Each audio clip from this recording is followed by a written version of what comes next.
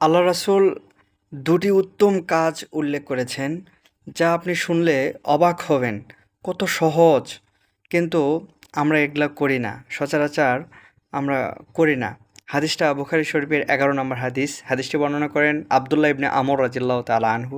তিনি বলেন, এক ব্যক্তি রাসূল সাল্লাল্লাহু আলাইহি ওয়াসাল্লামকে জিজ্ঞাসা করলেন, ইসলামের কোন কাজটি উত্তম? তখন রাসূল সাল্লাল্লাহু আলাইহি ওয়াসাল্লাম বললেন, তুমি খাবার খাওয়াবে এবং পরিচিত অপরিচিত সবাইকে সালাম দিবে। ছোট্ট ২টি কাজ, কতটা সহজ! আ পরিচিত অপরিচিত সবাইকে দেখলেই সালাম দেওয়া। আমরা সচরাচর যেটা করি, পরিচিত কেউ হলে তাকে সালাম দেই। এখন আবার সালাম কাকে দেই? যারা একটু উচ্চ পর্যায়ে মান মর্যাদা আছে তাদেরকে। আসলে তা নয়, আমাদের সবাইকেই সালাম দিতে হবে, পরিচিত অপরিচিত। সালাম দিলে আমাদের মধ্যে ভ্রাতৃত্ববোধ তৈরি হবে। আমরা একে অপরের জন্য দোয়া করব। আরেকটা হচ্ছে যে অপরকে খাবার খাওয়ানো। আমরা আমাদের বন্ধু-বান্ধব অনেক সময় খাবার খেতে চায়।